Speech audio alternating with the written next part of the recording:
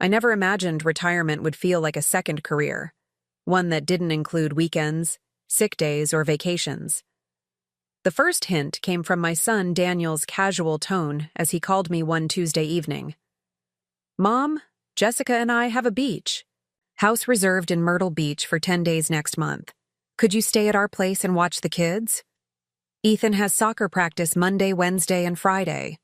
Lily needs to be at dance by 4 on Tuesdays and Thursdays." Before we jump back in, tell us where you're tuning in from, and if this story touches you, make sure you're subscribed, because tomorrow I've saved something extra special for you.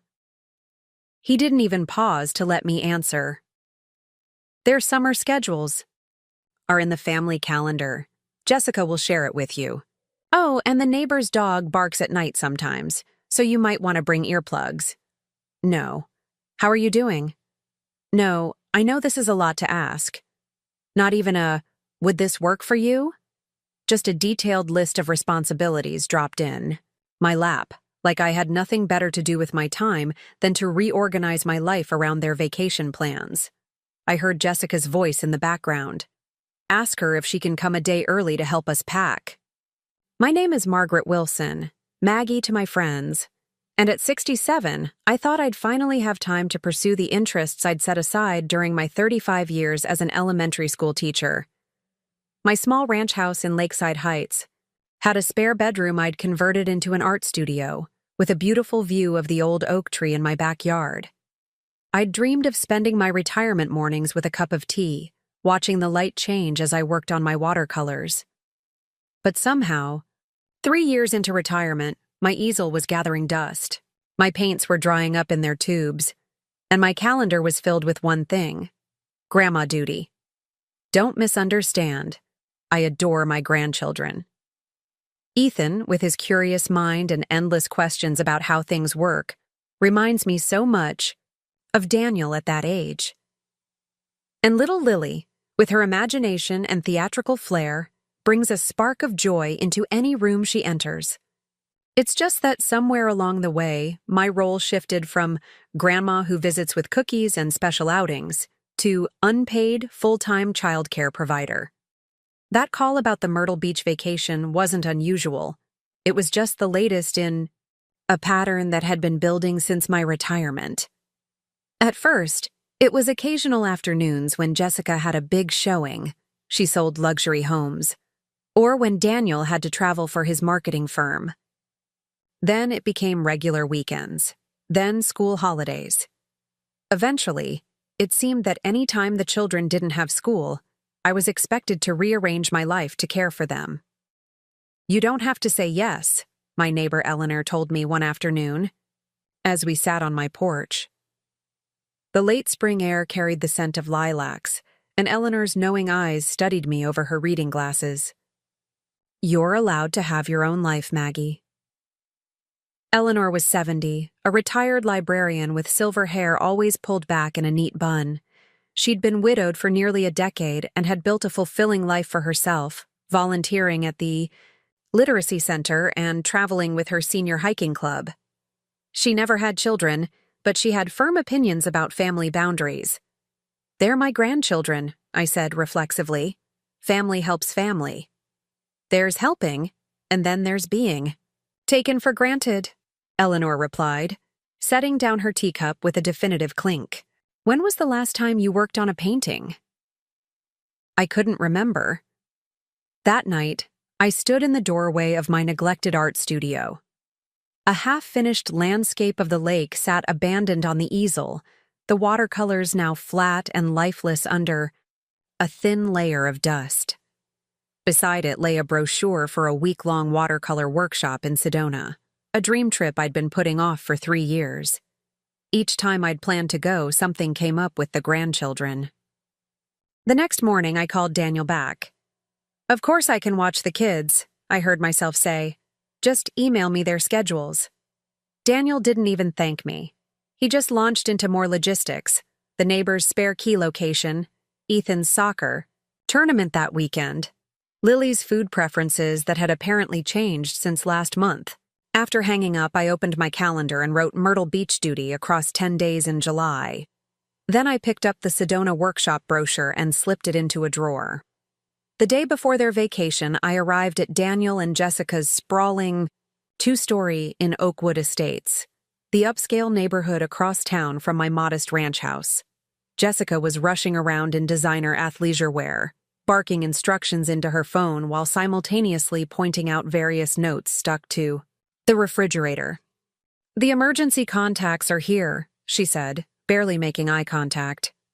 "Ethan needs his inhaler before soccer, even if he says he doesn't.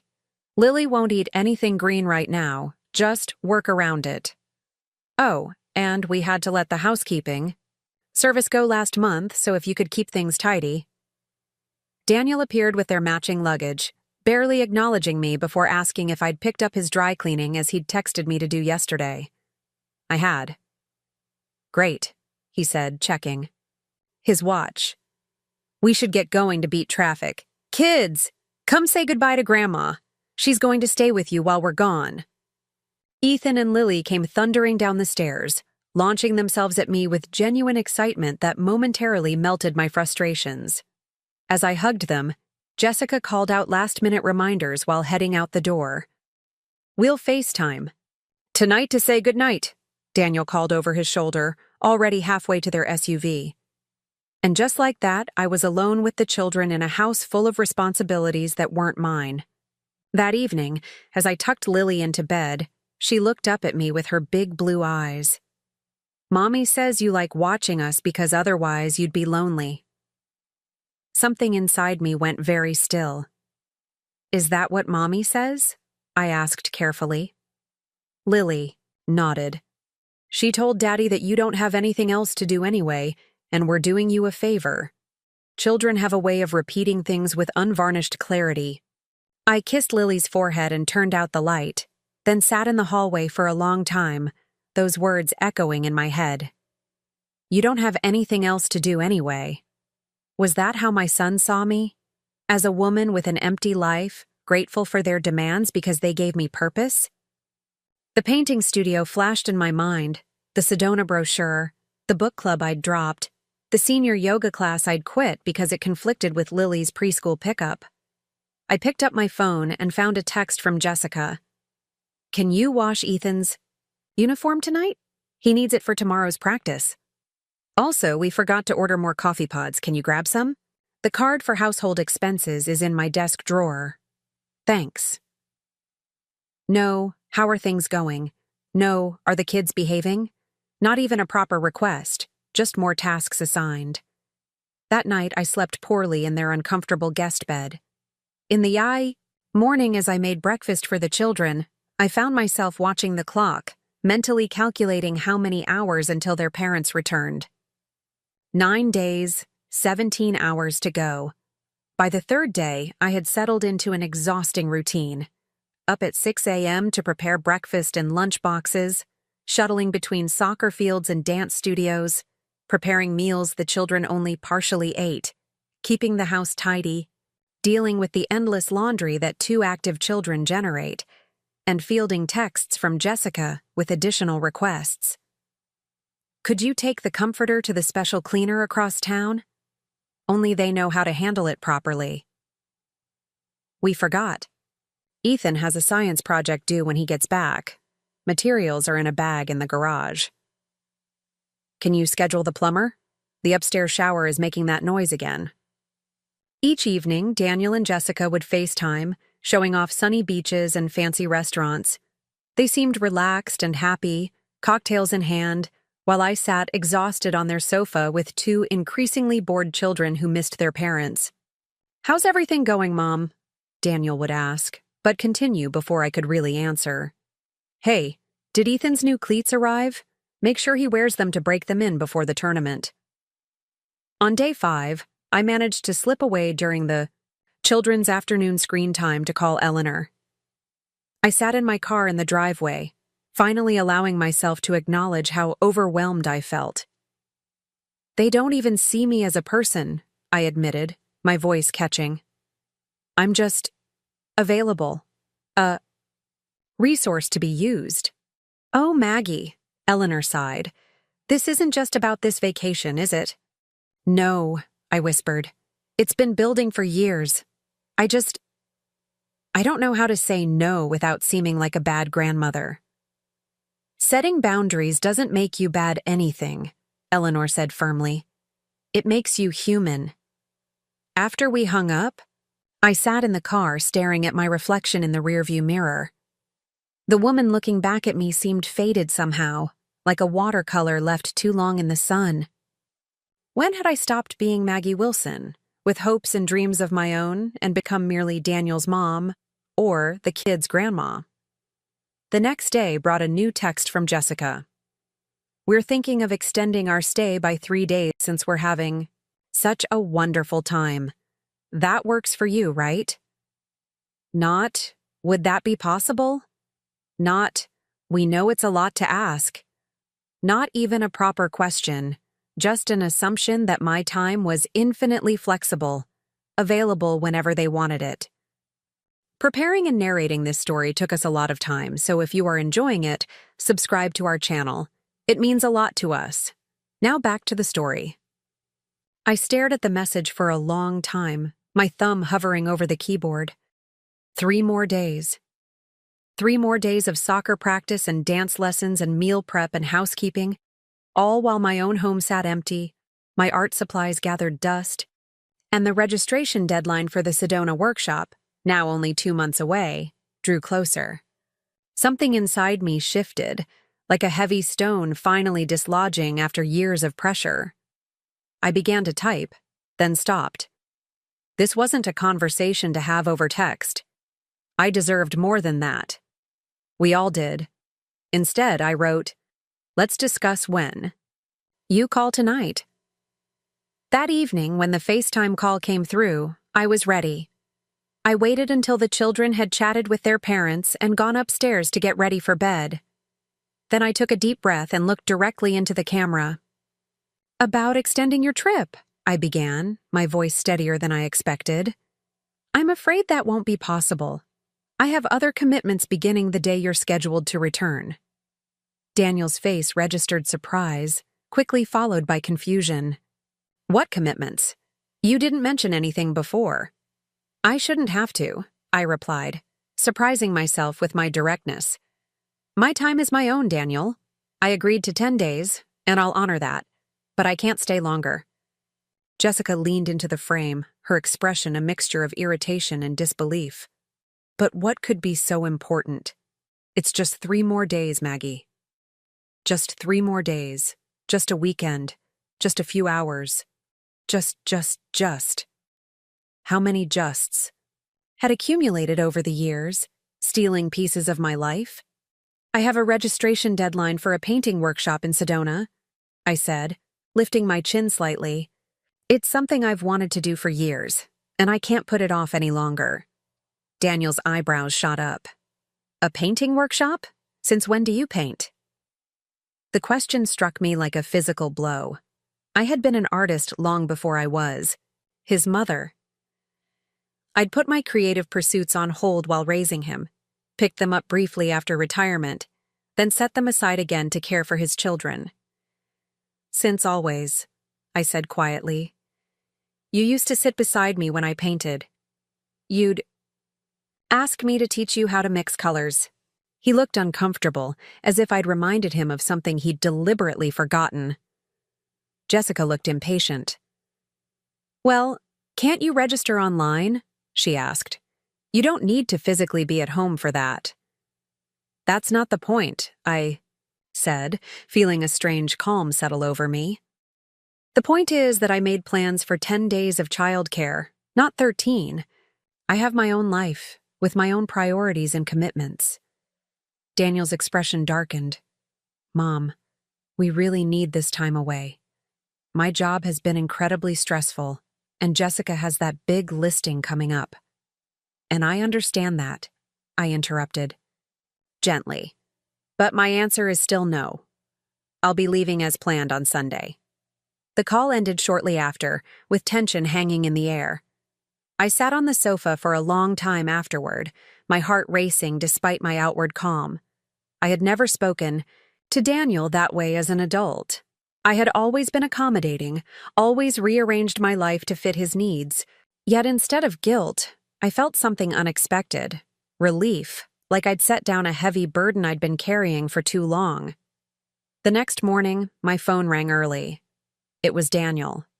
"Mom," he began, his voice that particular tone of reasonable that he used when trying to persuade difficult clients. "I think you're overreacting a bit. We're not asking for much." "I'm not overreacting," I said calmly. "I'm setting a boundary." "A boundary?" He sounded genuinely confused. "With family? Mom, that's cold." "Is it cold when you set boundaries at work? When you tell a client you can't meet on a weekend because that's family time? When Jessica tells her clients she's unavailable on Sundays?" Silence on the other end.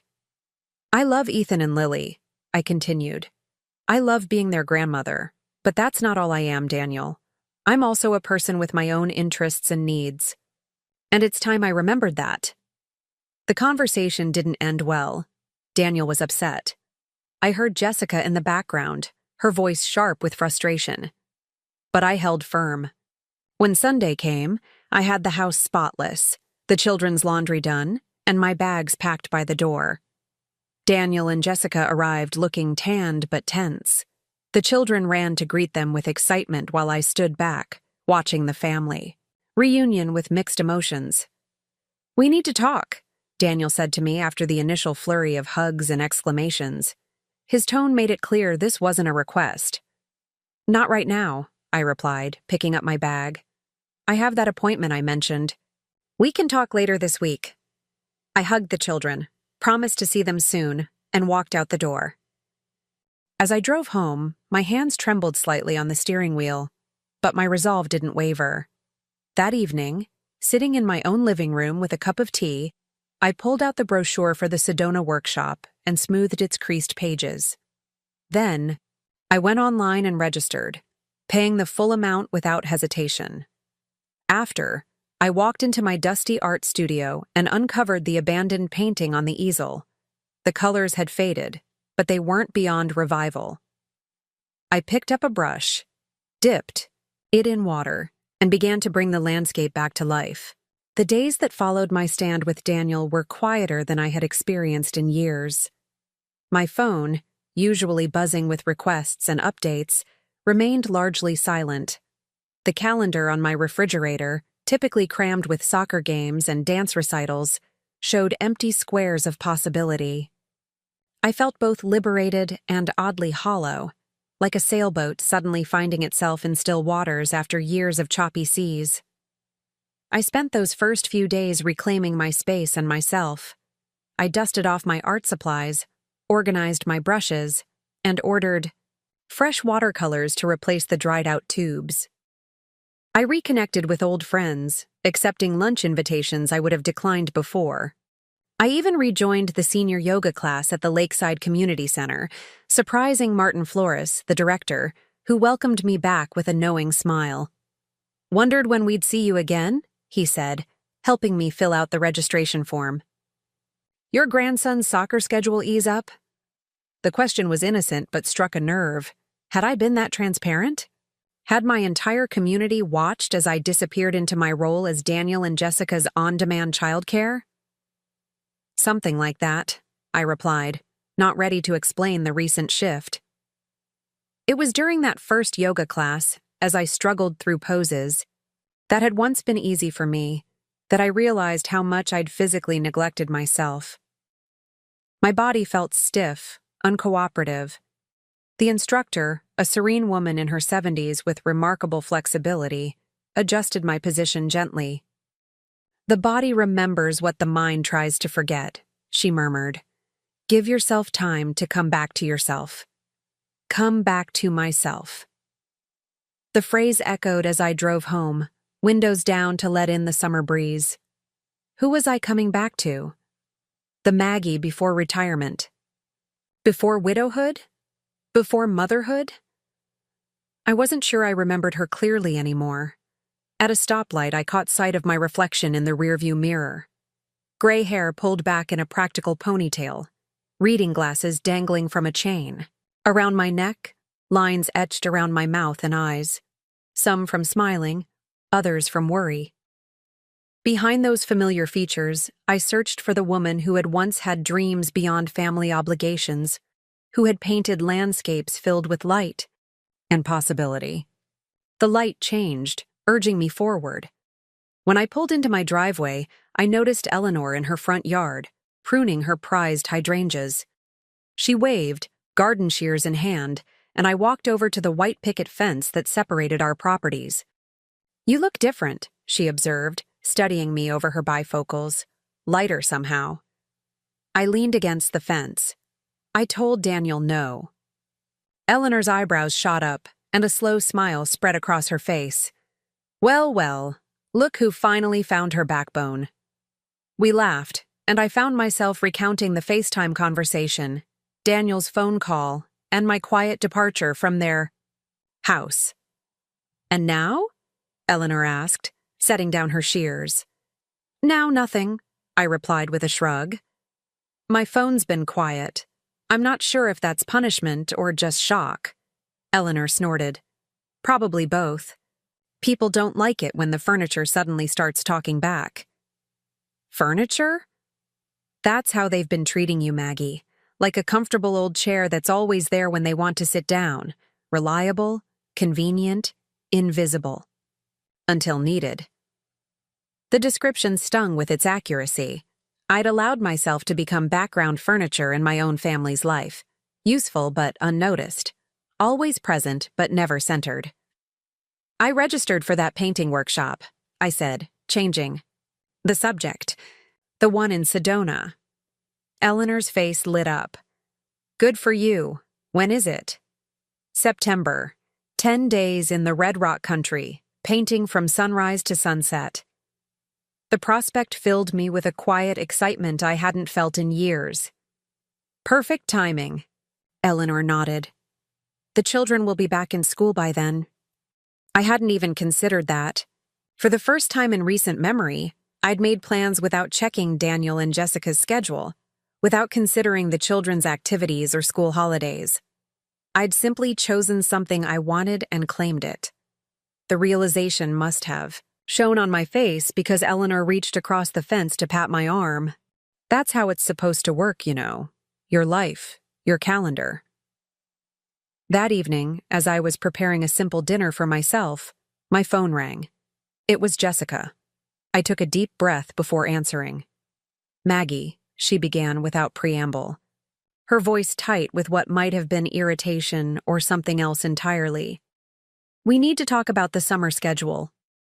I set down the knife I'd been using to chop vegetables. "Hello to you too, Jessica." A brief pause. "Right, sorry." "Hello. Listen, we've got a situation. My mother was supposed to take the kids for the last 2 weeks of July while we're at the industry conference in Chicago, but she's just called to say she can't do it. Something about a cruise she booked months ago." My heart sank. 2 weeks. The conference Jessica mentioned was an annual event in the real estate world, something she'd been attending for years. Daniel usually went with her, turning it into a working vacation.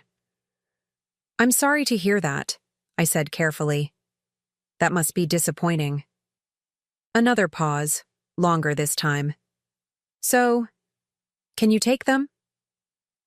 The directness of the question, without any acknowledgement of our recent tension, caught me off guard.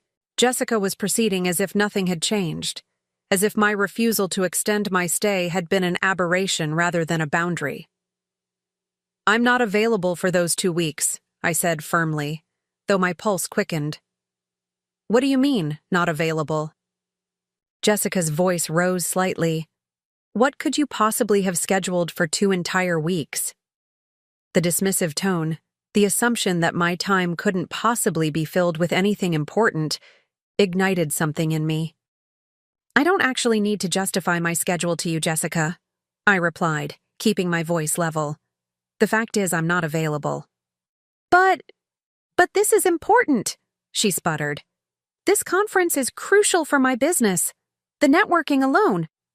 "I understand that," I interrupted, "and I hope you find suitable childcare." "Suitable childcare? You're their grandmother. Yes, and I love them dearly. But I'm not their default caregiver when it's convenient for you and Daniel. Jessica's voice turned cold. I see. Well, I'll let Daniel know about your priorities. The call ended abruptly. I stood in my kitchen, trembling slightly, knowing I'd just escalated the situation. Yet beneath the anxiety, a kernel of pride took root. I had stood my ground. Again. The following day, Daniel called. I was in my art studio, working on a new painting, when his name flashed on my phone screen. I wiped my hands on a rag and answered. Mom, he began, his voice that particular blend of exasperation and forced patience I recognized from his teenage years. What's going on with you lately? Hello, Daniel, I replied. I'm fine, thank you for asking. How are you? A heavy sigh on the other end. Mom, Jessica told me about your conversation yesterday. I don't understand why you're being so difficult about this. The conference has been on our calendar for months. On your calendar, perhaps, I said. Not on mine. But you've always watched the kids during the conference, every year since you retired. His words gave me pause. He was right. For the past 3 years, I'd automatically blocked off those 2 weeks in July, arranging my life around their schedule without question. It had become such a given that they hadn't even bothered to ask this year, until Jessica's mother canceled. Things change, I said simply. What things? What's changed? Daniel's frustration was palpable. Is this about the Myrtle Beach thing? Because if you're still upset about that— This isn't about Myrtle Beach specifically, I interrupted. It's about a pattern that's developed over time, one where my availability is assumed rather than requested. A pattern? Daniel sounded genuinely confused. What are you talking about? I took a deep breath, trying to organize my thoughts. How could I make him understand what had become so clear to me? Daniel, when was the last time you asked if I was available before making plans that involved me watching the children? Silence. When was the last time you thanked me for rearranging my schedule to accommodate yours? Or asked about my plans, my interests, my life? More silence. You know I had to drop my book club because it conflicted with Lily's dance class? That I gave up yoga because it was during Ethan's soccer practice? That I haven't been able to take a painting workshop I've wanted to attend for 3 years because something always comes up with the children? Mom, that's what family does, Daniel finally said, his voice smaller. We help each other. Yes, we do, I agreed. But it should be mutual, Daniel. It should be a give and take, not just me giving and you taking. That's not fair, he protested, but I could hear the uncertainty creeping into his voice. Isn't it? When was the last time you offered to help me with something? When did you last check if I needed anything? Daniel didn't answer immediately. When he did, his tone had shifted. So, you're just not going to help us anymore? Is that it? The question revealed so much about how he viewed the situation. In his mind, my boundary setting wasn't about reclaiming my autonomy. It was about withdrawing support, abandoning them. That's not what I'm saying, I explained patiently. I'm saying I need to be asked, not told. I need my time to be respected, not assumed. And sometimes, even when asked respectfully, the answer might be no because I have my own plans. Plans, Daniel repeated flatly. Like this painting thing. Yes, like the painting thing, I confirmed, refusing to let him diminish it. Art has always been important to me, Daniel. You used to know that. Another silence stretched between us, filled with unspoken history, of the years I'd set aside my brushes to raise him, of the brief renaissance after retirement, of the slow surrender to grandparenting duties. We really need help with the kids during the conference, Daniel finally said, his voice a mixture of stubbornness and something that might have been a grudging attempt at respect.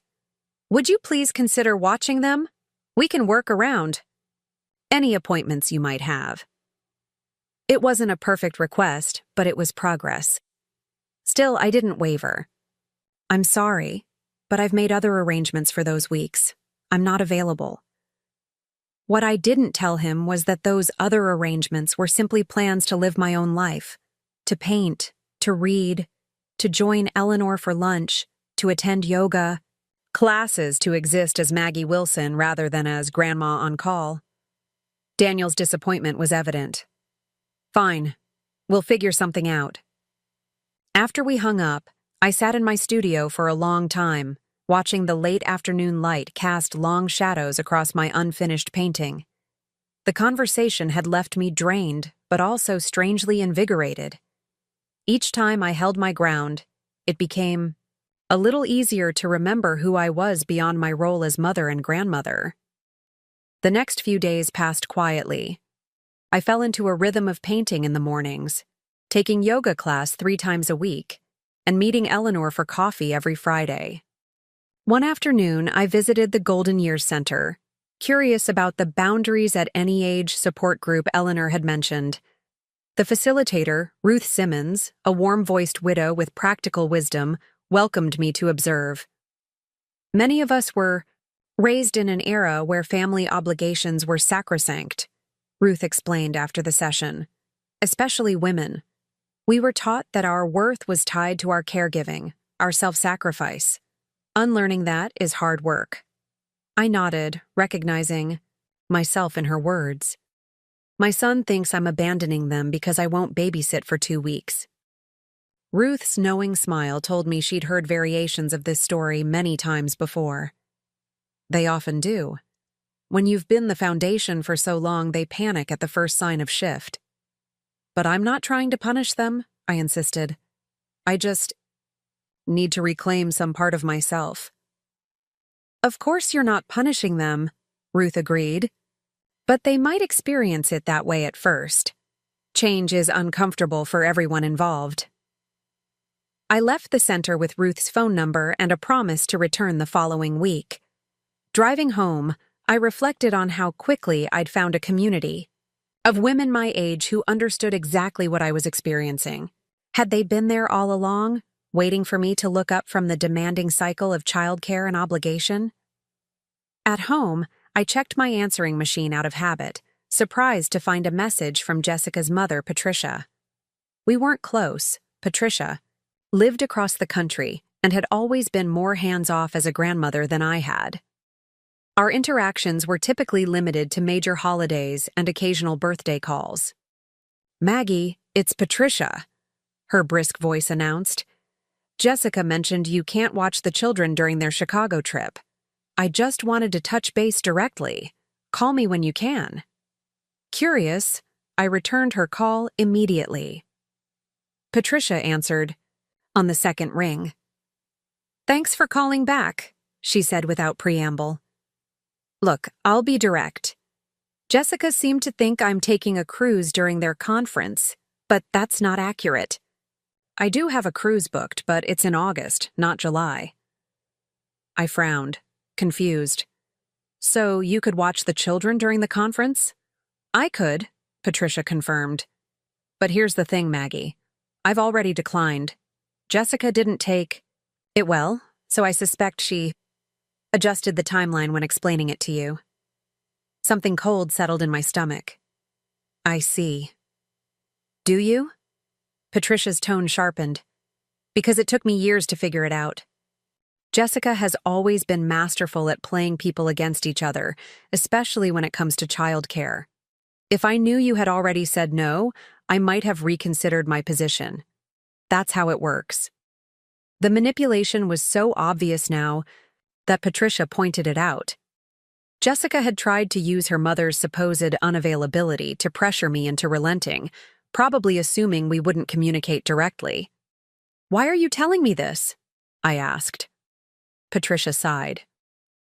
"Because I spent years being the backup plan, the last resort, the reluctant grandmother who never quite measured up to St. Maggie, who was always available. It's exhausting, and frankly, neither of us deserves it." Her words stung, but I recognized their truth. Without intending to, I had set an impossible standard, one that made Patricia look uninvolved by comparison and created an expectation that I would always be available. "What did you tell Jessica when you declined?" I asked, curious about how another grandmother had navigated these waters. "I told her that while I love Ethan and Lily, I have commitments I'm not willing to break. I suggested she look into summer camps or hiring a college student as a nanny. Practical solutions that didn't involve either grandmothers sacrificing their plans. It seemed so obvious, yet it had apparently thrown Jessica and Daniel into a panic. "Thank you for telling me," I said sincerely. "I think we've both been manipulated more than we realized." Patricia made a sound of agreement. "Stand your ground, Maggie. They'll figure it out. They always do when they have no other choice." After we hung up, I sat in my living room processing this new information. The pattern was becoming clearer. Daniel and Jessica had grown accustomed to using both grandmothers as interchangeable childcare providers, playing us against each other when necessary. It wasn't just about my time being taken for granted. It was a deliberate strategy. That evening, I received a text from Daniel. "Found a summer program for the kids during our trip. Expensive but good activities. Would have been easier if family helped out, but will manage."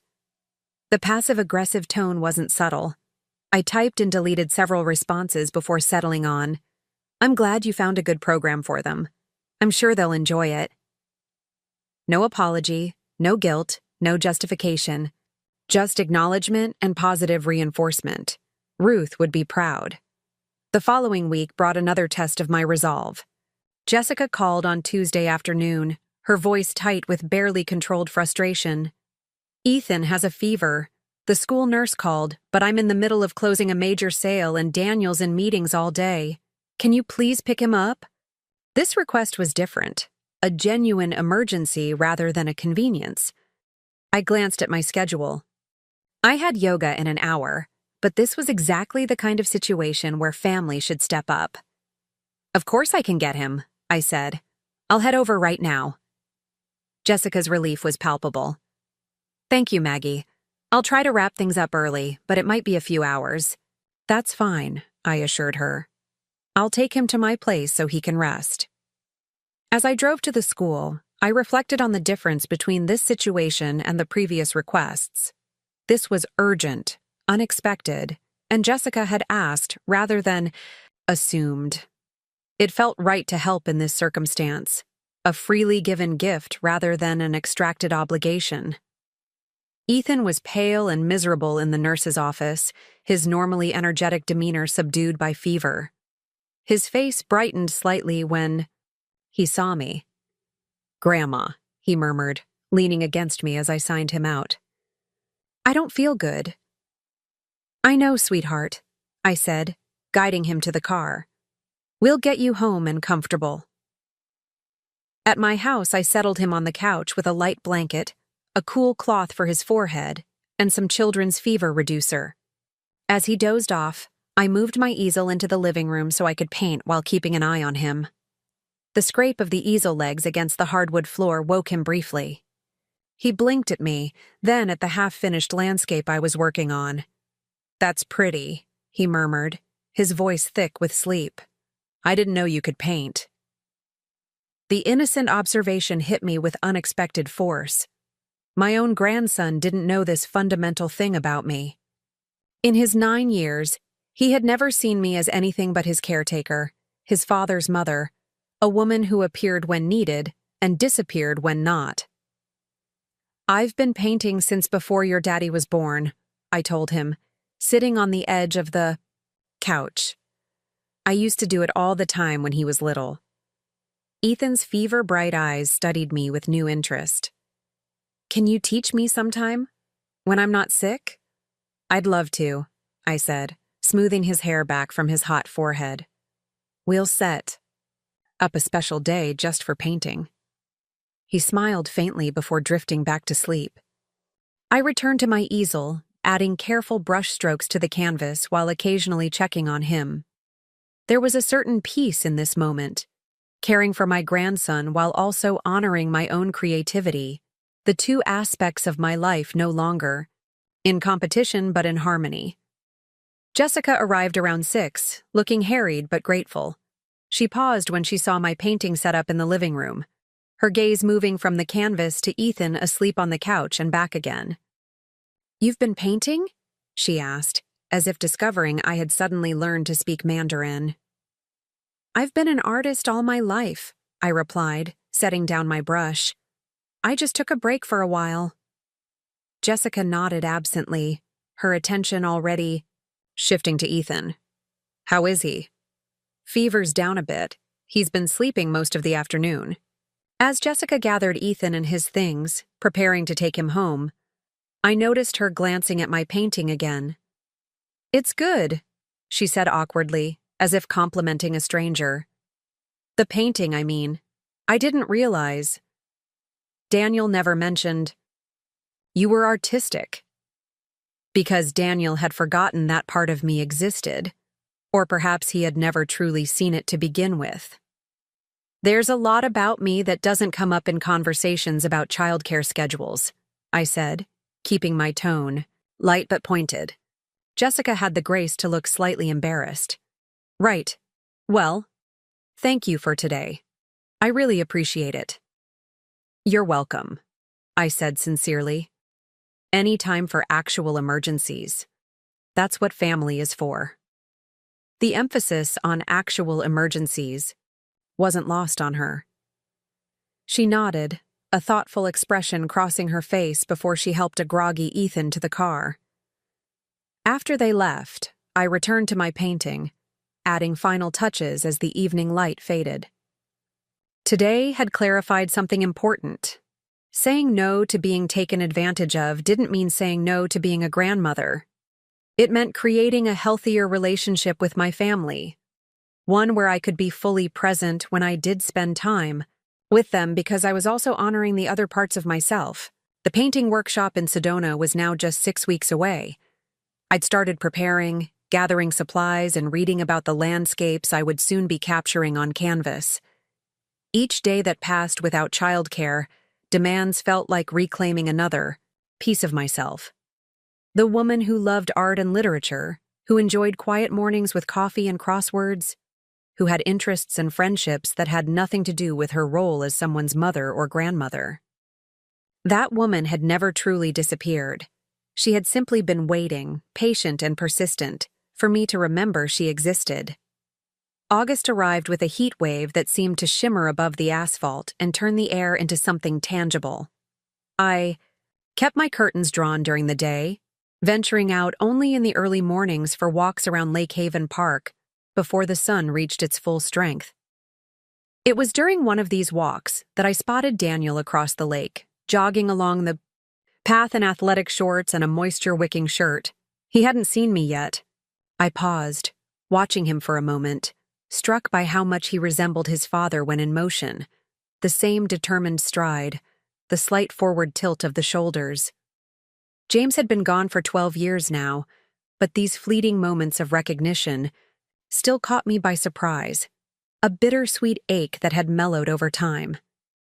I raised my hand to wave, but Daniel had already noticed me. He slowed his pace, then came to a complete stop. Even from this distance, I could see the moment of hesitation before he changed direction and jogged toward me. "Mom," he said, slightly out of breath as he reached me. "Didn't expect to see you here." "I walk most mornings," I replied. "Have been since May." Daniel nodded, a faint line appearing between his brows, the one that always showed up when he was processing new information that didn't fit his existing understanding. "Right? Makes sense." An awkward silence stretched between us. In the past, our conversations had always centered around the children or his work or some household task that needed attention. Without those familiar touch points, we seemed to have lost our bearings. "How are the kids?" I finally asked. His face relaxed into something more familiar. "Good. Ethan's soccer team made the regional finals. And Lily?" He hesitated. Lily's been asking about you, actually. Wants to know why you haven't been over lately. A pang of guilt shot through me, quickly followed by a more measured response. I hadn't abandoned my grandchildren. I'd simply stopped being available on demand. I'd love to see them, I said sincerely. Perhaps we could arrange something? Maybe I could take them for ice cream this weekend? Daniel looked relieved, as if he'd been expecting rejection. That would be great. They'd like that. Saturday afternoon, I suggested. Around 2? Perfect. He shifted his weight from one foot to the other, wiping sweat from his forehead. Listen, Mom, about the whole childcare thing. It's… All right, I interrupted, not wanting to rehash old tensions in the middle of a public park. We're figuring it out as we go. Daniel nodded, though he looked as if he had more to say. Yeah, we are. He glanced at his fitness tracker. I should finish my run before heading to the office. Of course. I stepped aside to let him pass. See you Saturday. As he jogged away, I couldn't help but notice how formal our interaction had been, like distant relatives at a family reunion, rather than mother and son. Part of me mourned that distance, while another part recognized it as necessary growing pains as we established a healthier relationship. Saturday arrived bright and clear. I spent the morning in my studio, losing myself in a new watercolor study of Lake Haven at dawn, inspired by my morning walks. When I glanced at the clock, I was startled to see it was already 1:30. I quickly cleaned my brushes and changed into fresh clothes, arriving at Daniel and Jessica's precisely at 2. Lily flung open the door before I could ring the bell, launching herself into my arms with such force I nearly lost my balance. Grandma, you came! Her delight was unfeigned, her small arms tight around my neck as I bent to hug her. Of course. I came, sweetheart, I said, my heart swelling. I promised, didn't I? Ethan approached more cautiously, his 9-year-old dignity asserting itself, but his smile was genuine. Hi, Grandma. Jessica appeared in the hallway behind them, her expression carefully neutral. Hello, Maggie. Thanks for taking them out. Her tone was polite but reserved, lacking the easy familiarity we'd once shared. I understood her position. In her mind, I'd let them down during their time of need, disrupted their carefully arranged childcare system. From my perspective, I'd simply begun treating my time as valuable. Both views could exist simultaneously, I supposed. Happy to do it, I replied with equal politeness. We won't be too long. The local ice cream parlor, Sweet Scoops, was busy, with weekend customers, families crowding the colorful booths and spilling onto the outdoor patio. We found a small table by the window, the children's excitement palpable as they studied the elaborate menu of sundaes and splits. Can I get the chocolate explosion? Ethan asked, eyes wide at the description of 5 scoops with multiple toppings. That's enough sugar to power a small country, I said with a laugh. How about we each get a regular sundae today? He nodded, surprisingly agreeable. Okay, can I get extra whipped cream, though? Extra whipped cream is non-negotiable, I agreed solemnly, earning a grin. Lily was quieter than usual, studying me with an intensity surprising in a 6-year-old. After we ordered, she finally spoke up. Are you mad at us, Grandma? The question caught me off guard. Of course not, sweetheart. Why would you think that?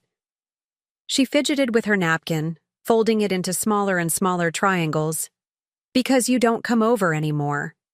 Daddy said you're too busy. I glanced at Ethan, who was studiously looking out the window, though it was clear he was listening intently. So this was the narrative Daniel and Jessica had constructed to explain my absence. Not that boundaries had been set, but that Grandma was suddenly too busy for them. I'm never too busy for you, I said carefully. But you know how sometimes you need time to play with your toys or read your books by yourself. Lily nodded. Well, grandmas need that time too. Time for our own interests and friends and activities. Like painting? Ethan asked, finally turning back to the conversation. Dad said you used to paint a lot. I did, and I'm doing it again now, I confirmed. In fact, I'm going to a special painting workshop next month. Where? Lily wanted to know.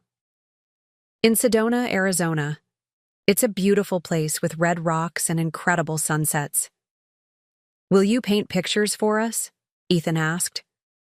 The question warmed me. I'd love to. Maybe one for each of your rooms? Both children nodded enthusiastically just as our ice cream arrived, momentarily diverting their attention. As they dug into their sundaes, I marveled at how straightforward the conversation had been. Children, unlike adults, were generally satisfied with simple truths, unburdened by layers of history and expectation. Grandma, Lily said between bites, ice cream smeared across her chin. Can we still do special things with you sometimes? Absolutely, I assured her. Days like today, for example. Or maybe you could come to my house occasionally and we could paint together. Ethan perked up at that suggestion. Really? You'd teach us? Of course. I've got plenty of supplies we could use. The relief on their faces was evident. They hadn't been worried about my availability for childcare. They'd been concerned about losing their grandmother. I'd been so focused on establishing boundaries with Daniel and Jessica that I hadn't fully considered how my apparent withdrawal might appear to the children. How about next weekend? I suggested. You could come over Saturday morning and we'd have an art day. If it's okay with your parents, of course. Both children nodded eagerly, ice cream forgotten for the moment. The rest of our outing passed in a blur of sticky hands and animated chatter as they caught me up on their summer activities, school preparations, and neighborhood gossip. By the time we returned to their house, the initial awkwardness had dissolved completely. Daniel was waiting in the living room, pretending to read a magazine but clearly anticipating our return. He looked up with barely disguised relief when we entered. Did you have fun? He asked the children, who immediately launched into an enthusiastic recounting of our afternoon, complete with descriptions of their ice cream selections and my promise of an art day. Can we, Dad? Can we go to Grandma's to paint next Saturday? Ethan asked, practically bouncing on his toes. Daniel glanced at me, a question in his eyes. I nodded slightly. If Grandma's offering, then yes, of course, he said. Where's Mom? Lily asked, looking around. She had a showing come up last night. Minute, Daniel explained. She'll be home for dinner. I gathered my purse, preparing to leave. I should get going. It was lovely spending time with you both, I told the children, bending to accept their enthusiastic hugs. Daniel followed me to the door. Thanks for taking them out. They've missed you. I've missed them too, I admitted. But that doesn't change anything about the boundaries I've set, Daniel. He sighed, running a hand through his hair, a gesture so reminiscent of his teenage years that I almost smiled despite the tension. I know. It's been an adjustment. For all of us, I acknowledged. The summer program for the conference week is working out, he offered, almost reluctantly. The kids are actually looking forward to it. Ethan's friend from soccer is enrolled too. I nodded, pleased they'd found a solution but careful not to appear smug about it. That's good to hear. As I walked to my car, Daniel called after me. Mom, it's nice to see you painting again. Dad would be happy about that. The mention of James caught me by surprise. Daniel rarely spoke of his father anymore. Yes, I said softly. I think he would be. The following week passed quickly. I prepared for the children's visit by setting up 3 easels in the small sunroom off my kitchen, my professional one and 2 smaller ones I'd purchased years ago with the vague intention of teaching community classes after retirement. Fresh paper, student-grade watercolors, and an assortment of brushes were arranged on a folding table, along with cups for water and old shirts to serve as smocks. When Saturday arrived, I found myself unexpectedly nervous. These were my grandchildren, whom I'd cared for countless times, yet somehow this felt different, more vulnerable. I was sharing a core part of my identity with them, not just tending to their needs. They arrived promptly at 10, Jessica dropping them off with a quick hello and a promise to return at 2. Once they were settled in their makeshift smocks, old button-downs of James's that reached nearly to their knees, I began with a simple lesson on primary colors and basic brush techniques. Painting is about seeing, really seeing what's in front of you, I explained, demonstrating how to create a simple wash of blue for a sky. Not what you think should be there, but what actually is. Both children listened with surprising attention, their faces serious with concentration as they mimicked my brushstrokes. Lily's approach was bold and exuberant, her paper quickly awash in vibrant colors that bled into each other. Ethan was more methodical, carefully watching my every move before attempting his own version.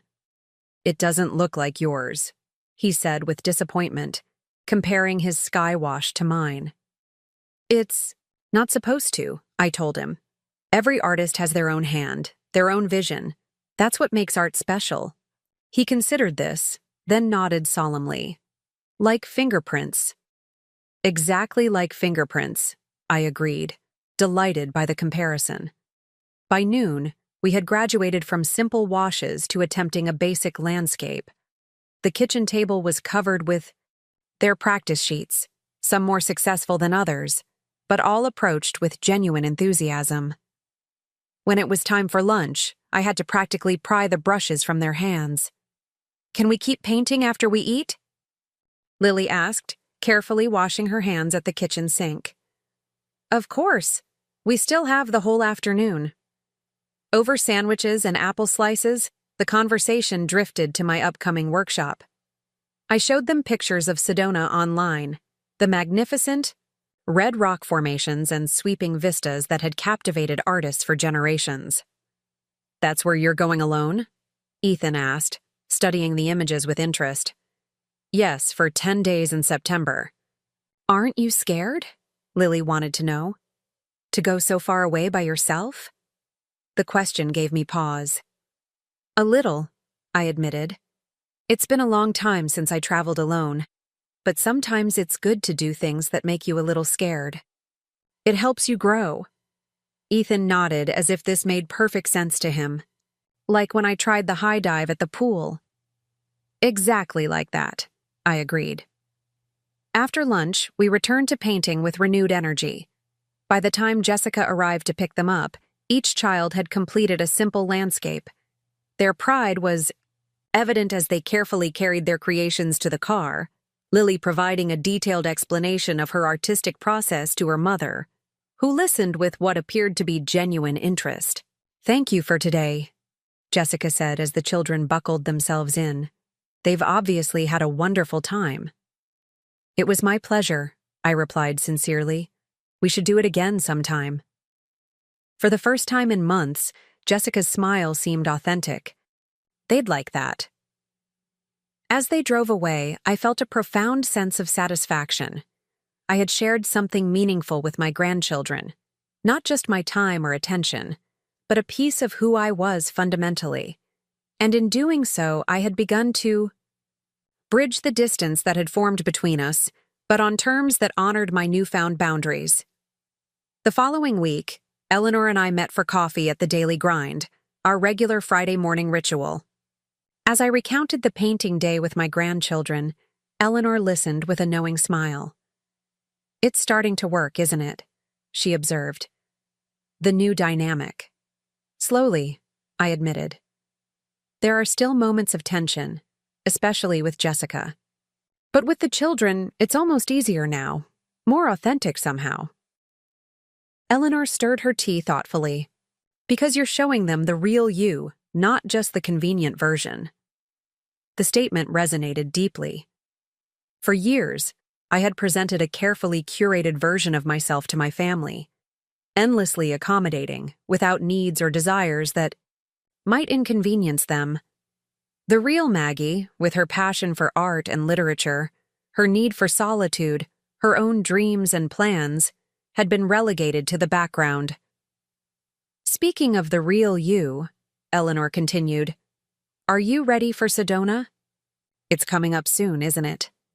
3 weeks, I confirmed. And yes, I think I am ready. I've been painting almost every day, trying to get back into form. What I didn't mention was the slight undercurrent of anxiety that accompanied my anticipation. It had been decades since I'd traveled anywhere alone, without James or Daniel, or, more recently, the grandchildren. The prospect was both exhilarating and intimidating. "You're going to love it," Eleanor assured me. My niece went to a similar workshop in Taos last year, said it was transformative. "That's what I'm hoping for," I admitted. "A transformation of sorts." Back home, I spent the afternoon organizing my art supplies for the workshop, taking inventory of what I had and what I might need to purchase. When my phone rang, I was surprised to see Ruth Simmons's name on the screen. We had spoken a few times since I'd attended the Boundaries at Any Age group, but not recently. "Maggie," Ruth said warmly when I answered. "I hope I'm not interrupting. Anything important?" "Not at all," I assured her. "Just sorting through art supplies." "Perfect timing, then. I'm calling because we're planning a special session next Wednesday focused specifically on grandparenting boundaries. I thought of you immediately. The topic couldn't have been more relevant to my current situation." "That sounds wonderful. I'll be there." "Excellent. And if you're comfortable, we'd love to have you share some of your recent experiences. Your situation has resonated with many of our members." The request caught me off guard. "Share my experiences? As in, speak to the group?" "Nothing formal," Ruth clarified. "Just part of the general discussion. Your perspective would be valuable, especially given the progress you've made." Progress. The word struck me as both accurate and somewhat amusing. In many ways, I was still at the beginning of this journey, still figuring out how to balance my newfound independence with my love for my family.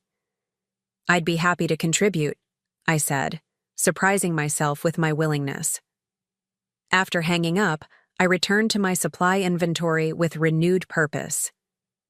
The workshop in Sedona wasn't just a painting retreat. It was a symbol of the changes I'd been making, a concrete manifestation of my commitment to honoring my own needs and interests. The following Monday, an unexpected text from Daniel appeared. On my phone, "Kids have half-day Wednesday. Any chance you're free to pick them up from school? Would be a huge help." I paused, considering how to respond. This was a straightforward request, not an assumption or a demand, and Daniel was asking with proper notice rather than last-minute desperation. Yet it happened to conflict with the Boundaries session at Golden Year Center that Ruth had invited me to participate in. In the past, I would have automatically rearranged my plans to accommodate Daniel's request. Now, I carefully weighed my options. The session was important to me, not just as an attendee, but as a contributor.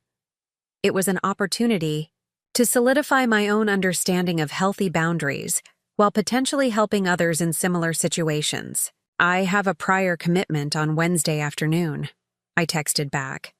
"But I could suggest an alternative if you'd like." Daniel's response came quickly. "What alternative?"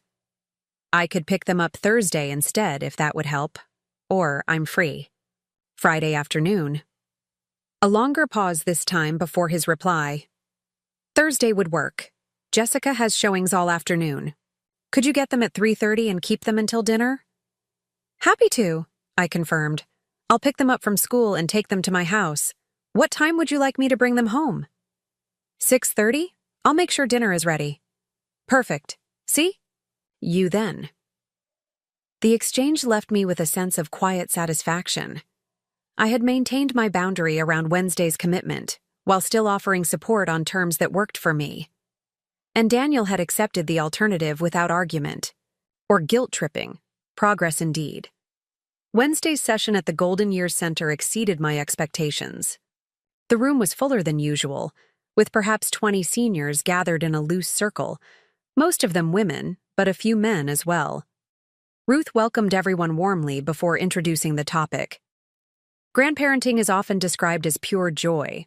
all. The fun of parenting with none of the responsibility, she began. But for many of us, the reality is quite different. Today, we're discussing how to establish and maintain healthy boundaries while still nurturing those precious relationships. The discussion that followed was both validating and illuminating. I wasn't alone in my struggles.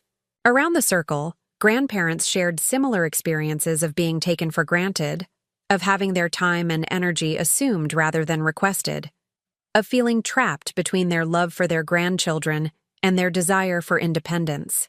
When Ruth invited me to share my recent experiences, I found myself speaking with unexpected emotion about the journey of the past few months, from the Myrtle Beach ultimatum to the painting day with my grandchildren. The hardest part, I concluded, has been letting go of the guilt. We were raised to believe that family always comes first, that self-sacrifice is the ultimate virtue for mothers and grandmothers. Unlearning that has been challenging. Heads nodded around the circle. An older gentleman in a plaid shirt spoke up for the first time. My daughter doesn't understand why I can't just drop everything to babysit whenever she calls. She thinks retirement means I have nothing but free time. Exactly, a silver-haired woman agreed. There's this assumption that our lives are somehow less valuable, less structured, less important than theirs. The key, Ruth interjected gently, is remembering that saying no to being taken advantage of isn't the same as saying no to the relationship. In fact, it can ultimately strengthen it by making it more equitable and respectful. Those words resonated deeply with me. I wasn't withdrawing from my family. I was reshaping our relationship into something healthier and more balanced. The grandchildren's visit to my art studio had demonstrated that perfectly. A meaningful connection built on mutual interest and respect rather than obligation. After the session, several participants approached me privately to share their own stories or to thank me for articulating feelings they'd struggled to express. One woman, who introduced herself as Martha, pressed a small card into my hand. It's a quote that helped me when I was where you are now, she explained. Later, in my car, I read the handwritten words. The only person you should try to be better than is the person you were yesterday. It wasn't attributed to anyone, but the sentiment perfectly captured what I'd been working toward. Not comparing myself to other grandmothers or to some idealized standard of self-sacrifice, but simply trying to be more authentic, more self-respecting than I had been before. Thursday afternoon, I picked up Ethan and Lily from school as arranged. They bounded into my car with their usual energy, backpacks seemingly larger than they were. Can we paint again? Lily asked immediately. If you'd like, I agreed. Or we could do something else. It's your choice. Ethan considered this. Could we maybe bake cookies? Dad said you used to make really good chocolate chip cookies when he was little. The request surprised me. Daniel rarely spoke about his childhood to the children, at least not in my presence. The fact that he'd mentioned something as ordinary as my cookies felt significant somehow. We certainly could bake cookies, I said. I think I have all the ingredients at home. The afternoon unfolded in a cloud of flour and laughter. The children proved to be enthusiastic if messy bakers, and by 5 o'clock, several dozen slightly misshapen but delicious chocolate chip cookies were cooling on racks around my kitchen. Dad's going to be so happy, Ethan said, carefully packaging a selection of cookies in a container I'd provided. These are even better than the ones from the bakery. That's because they're made with love, Lily declared with the certainty only a 6-year-old can muster. Right, Grandma?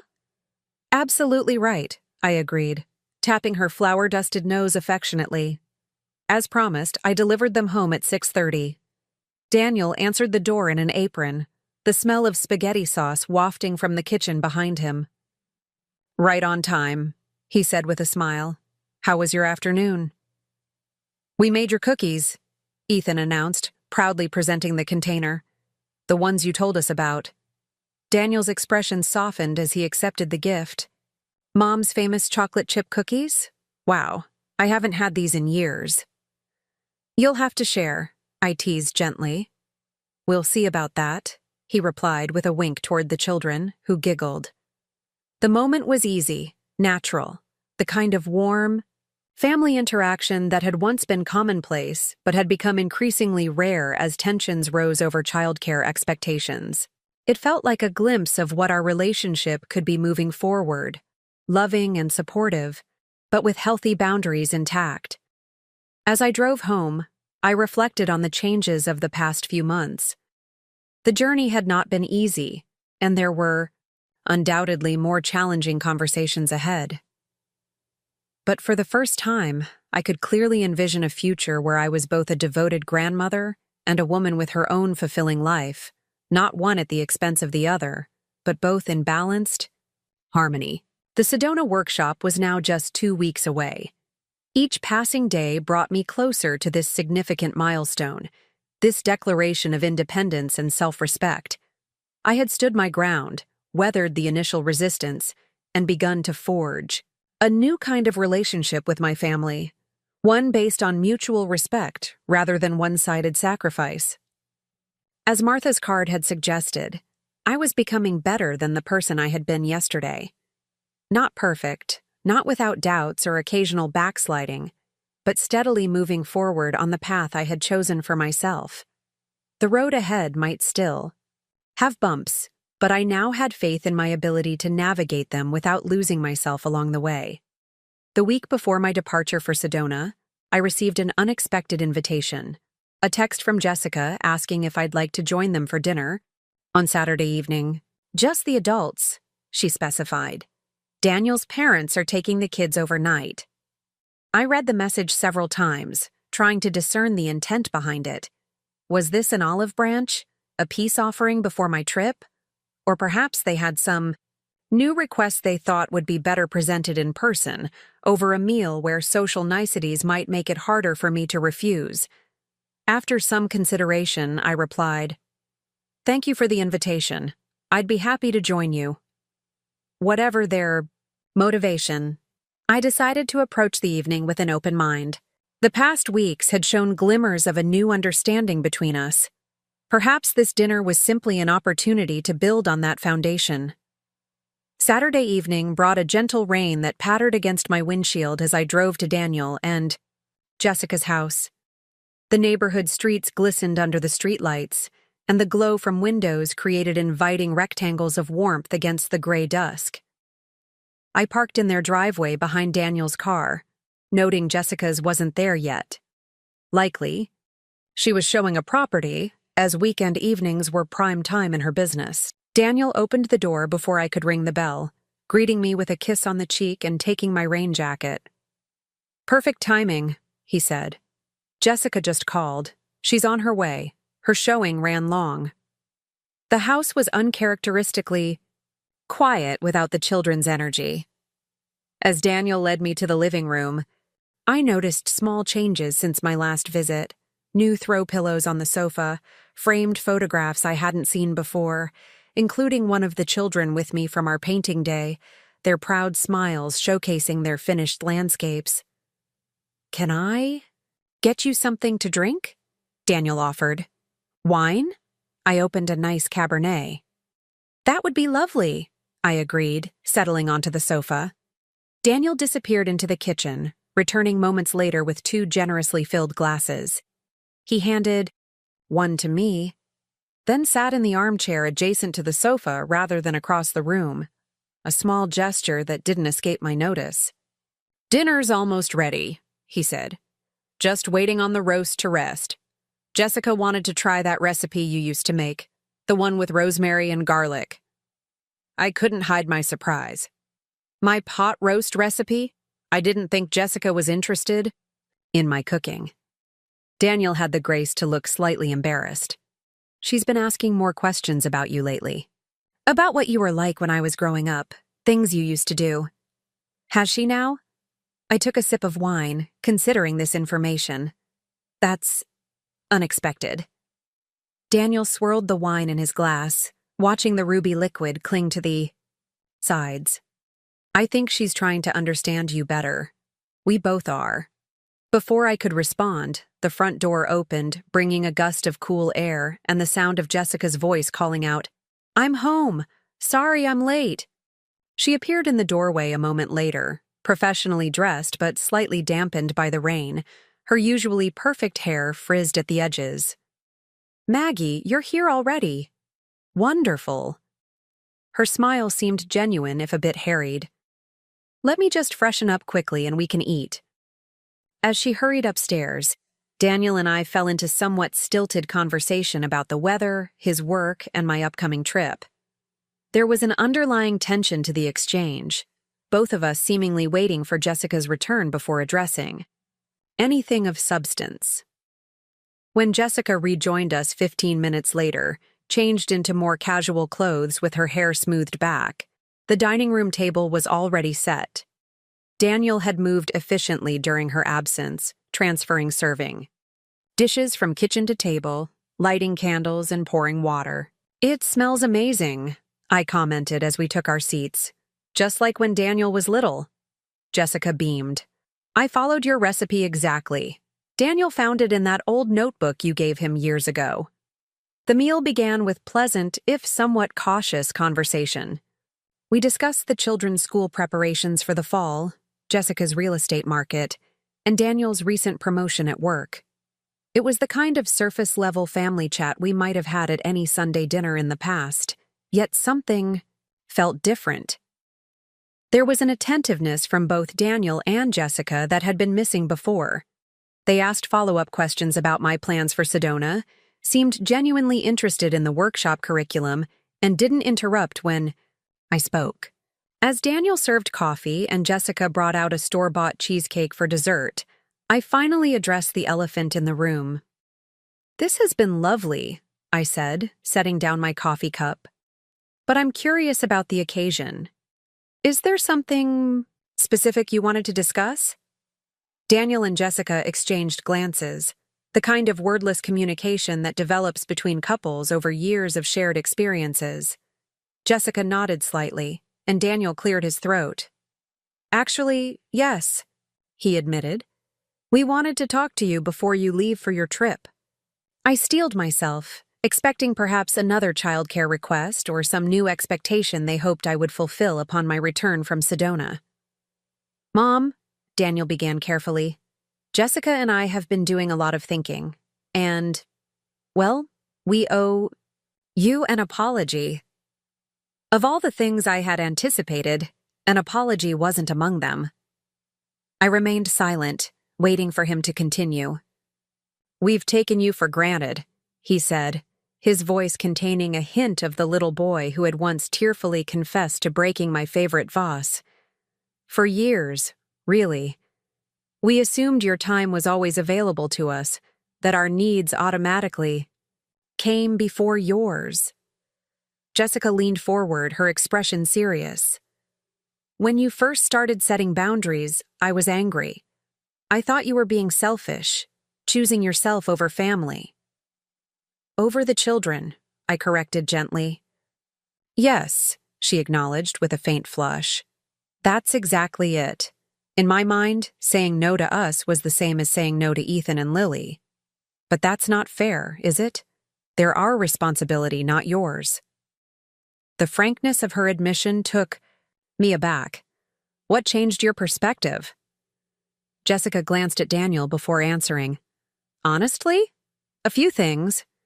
Seeing how much the children enjoyed their time with you when it was on your terms, they couldn't stop talking about the painting day. And then, watching my mother cancel on us without a second thought. That was illuminating," Daniel admitted. "She didn't even offer alternatives like you did, just said no and went on her cruise."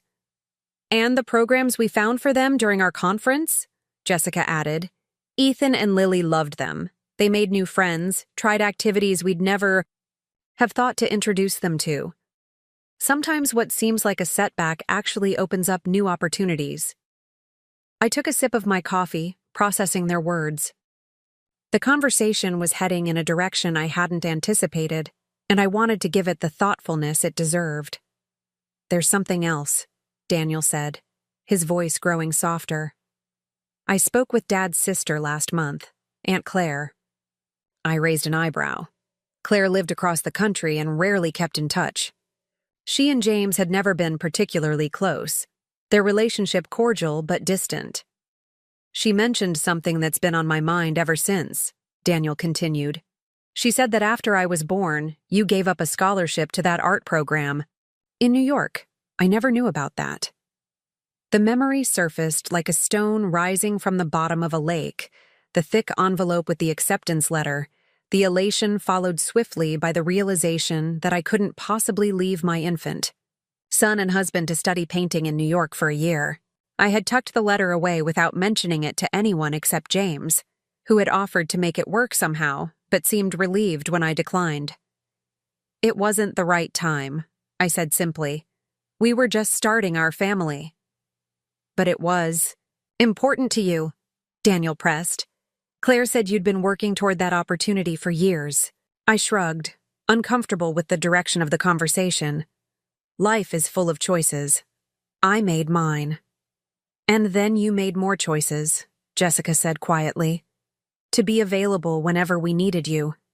To drop your plans when the children had activities. To put yourself last, always. I did those things because I wanted to, I pointed out. Because I love all of you? We know that, Daniel said. But love shouldn't require self-erasure, should it? That's what we've been thinking about. How we expected you to just disappear as a person with needs and interests outside of being our mother and the kid's grandmother. The accuracy of his assessment brought a lump to my throat. Self-erasure. The term perfectly captured what had happened gradually over the years. The slow fading of Maggie Wilson, the artist, the reader, the woman with dreams and plans, replaced by Maggie, the ever-available caregiver. Ethan asked me last week why I never knew you were an artist, Jessica said, breaking the momentary silence. I didn't have a good answer for him. How could I not know such a fundamental thing about my children's grandmother after all these years? And then I realized I never asked. I never thought to ask about who you were beyond how you could be useful to us. Her candor was disarming. I reached across the table and squeezed her hand briefly. Thank you for recognizing that now. Daniel leaned forward, his expression earnest. We want things to be different moving forward, Mom. We want to respect your time and your life. We want the kids to know you, really know you, not just as the person who watches them when we're busy. That means a lot to me, I said, my voice steadier than I expected given the emotion welling inside me. We've made some changes already, Jessica added. We enrolled the children in after-school programs 3 days a week for the fall. And we've interviewed college students who can provide regular evening babysitting. And we've implemented what Jessica calls the request rule, Daniel said with a small smile. No assumptions about your availability, ever. Proper notice for any childcare requests, and absolutely no guilt-tripping if you say no. The thoughtfulness behind these changes touched me deeply. They had not only heard my concerns but had taken concrete steps to address them, steps that required effort and planning on their part. I don't know what to say, I admitted. This is more than I expected. We've been unfair to you, Jessica said simply. We want to make it right. And we want you to know, Daniel added, that we support your Sedona trip completely. No last-minute emergencies, no calls asking when you'll be back. This is your time, and you've more than earned it. A weight I hadn't fully acknowledged seemed to lift from my shoulders. The fact that they not only accepted but actively supported my journey meant more than I could express. The conversation shifted then to more practical matters. They showed me the calendar they'd created with the children's fall activities, the contact information for the college student they'd hired as a regular sitter, the details of the after-school programs. Everything was meticulously organized, requiring no input or assistance from me. One more thing, Jessica said as we finished our coffee. We'd like to host a small gathering when you return from Sedona. Nothing elaborate, Just a chance for you to share your experience and maybe show some of your work from the workshop. Only if you're comfortable with that, of course. The gesture was unexpected and touching, an acknowledgement of my passion, a desire to celebrate rather than minimize it. I'd like that very much, I said sincerely. As the evening drew to a close, I found myself reflecting on the remarkable shift that had occurred. What had begun as my personal boundary setting had evolved into something larger, a realignment of our entire family dynamic, a recognition that mutual respect strengthened rather than diminished our bonds. Daniel walked me to my car, holding an umbrella over both of us as the rain continued to fall gently. At my car door, he hesitated, then pulled me into a hug. "I'm sorry it took us so long to understand," he murmured. "Dad would be disappointed in me." I pulled back to look at him, surprised by the reference to his father. "What makes you say that?" Daniel's expression was thoughtful in the dim light. He always told me to pay attention to the quiet sacrifices, that they were the ones that cost the most. I didn't really understand what he meant until recently. James had indeed been attuned to such things, noticing the small ways people adjusted their lives to accommodate others, often at personal cost. It had been one of his most endearing qualities, his ability to see beyond the surface to the unspoken givings and takings that shaped relationships. "Your father would be proud of the man you've become," I assured him, "especially now." The week that followed brought final preparations for my Sedona journey. I packed my art supplies with meticulous care, selecting brushes and papers and paints with the reverence of a pilgrim preparing for a sacred ritual. My suitcase contained light, comfortable clothing suitable for desert days and cool evenings, sturdy walking shoes for exploring the landscape, and a wide-brimmed hat to shield me from the southwestern sun.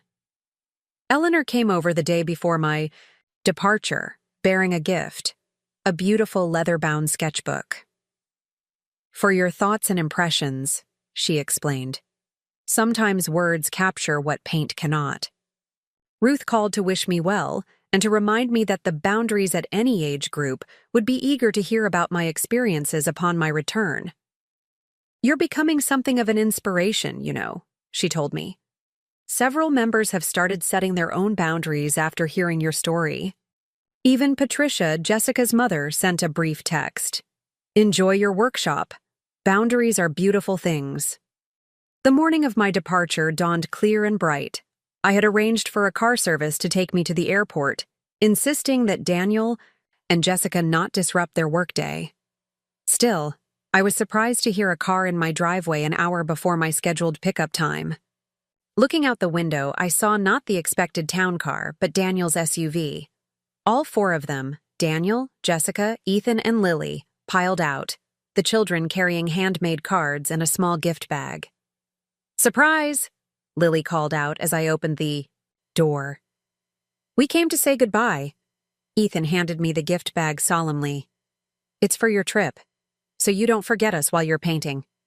Inside was a small frame containing a photograph of the four of them, taken recently based on their summer tans and the children's current heights. On the back, each had written a short message. "Have an amazing time. Can't wait to see your paintings."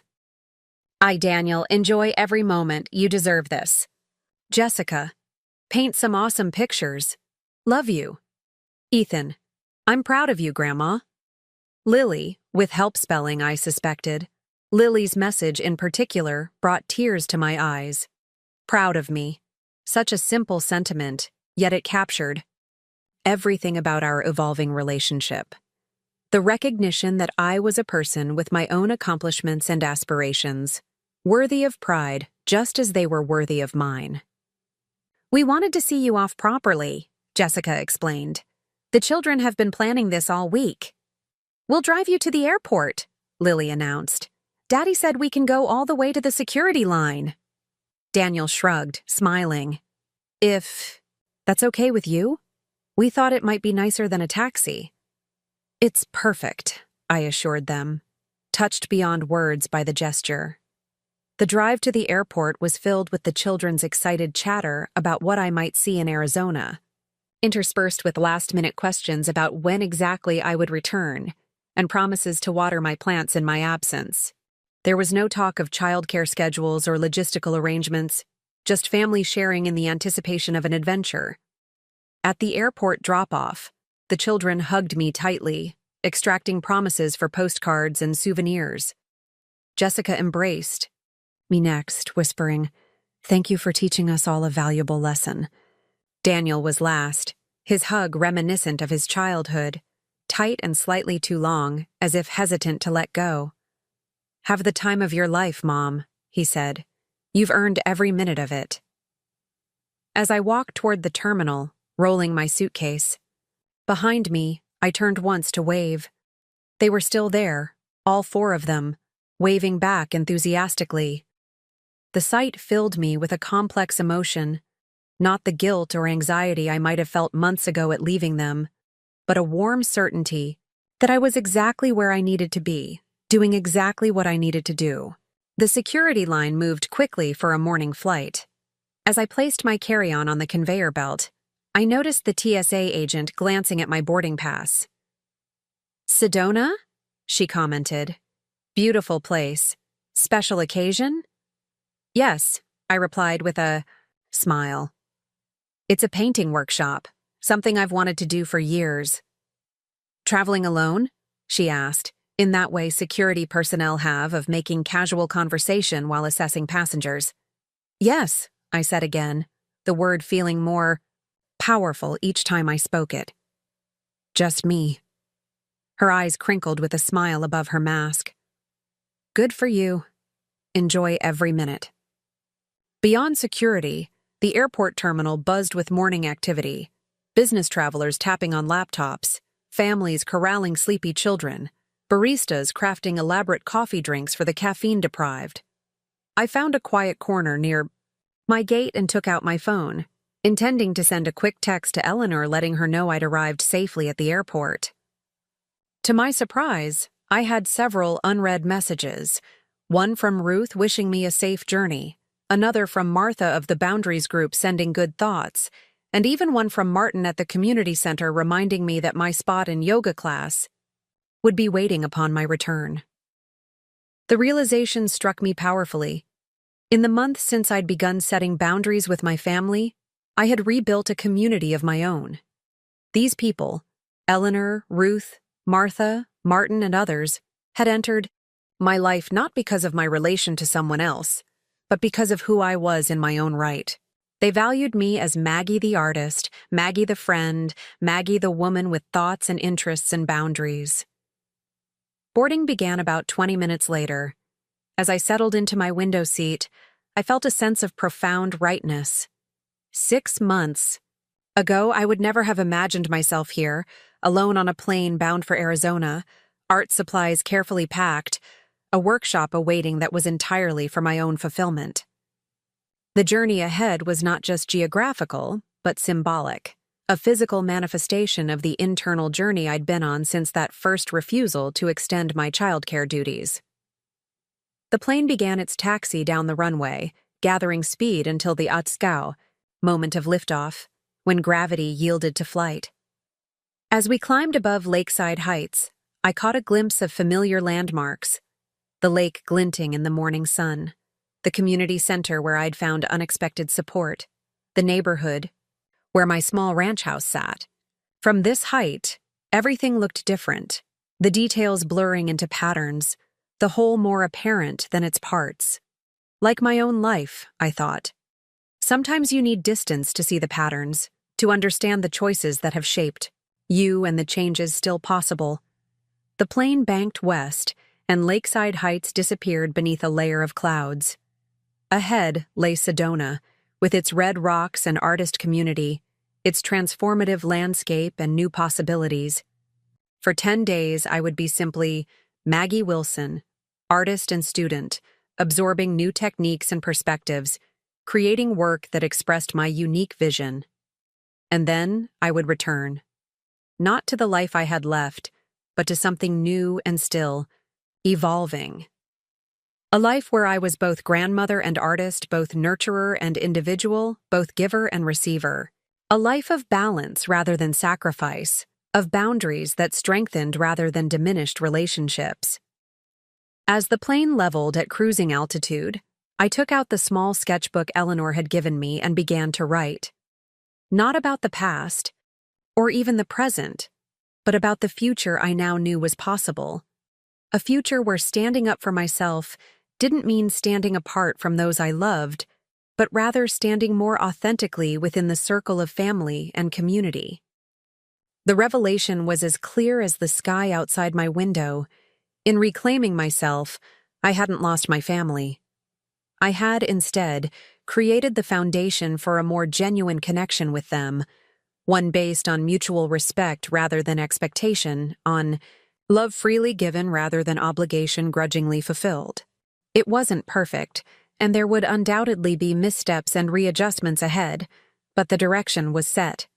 The seatbelt sign dinged off, and the flight attendants began their service. I accepted a cup of tea and turned back to my window, watching the landscape unfold beneath us, cities giving way to countryside, green forests yielding to golden plains, human constructions dwarfed by the grandeur of nature. Like the changing landscape below, my life had entered a new terrain, one with different contours and colors, different challenges and rewards. The journey had begun with a simple no to an unreasonable request, but it had expanded into something far more significant, a reclamation of self, a redistribution of responsibilities, a rebalancing of relationships. I thought of Lily's message on the photograph. "I'm proud of you, Grandma," and smiled. Yes, this was something to be proud of. This difficult, necessary work of setting boundaries and standing firm. It had taken courage and persistence, weathering, discomfort and resistance. But the rewards were already evident. Greater authenticity with my family, renewed creative expression, expanded community connections, and most importantly, a deeper relationship with myself. The plane continued westward, carrying me toward Sedona and the next chapter of my journey. But in many ways, I had already arrived at my destination, a place of greater balance and truth, where saying yes to myself didn't mean saying no to those I loved, but rather created space for all of us to thrive in honest relationship. Outside my window, the horizon stretched endlessly, a reminder of the possibilities still waiting to unfold. Sedona exceeded every expectation. The landscape alone would have been enough. Those magnificent red rock formations that changed color.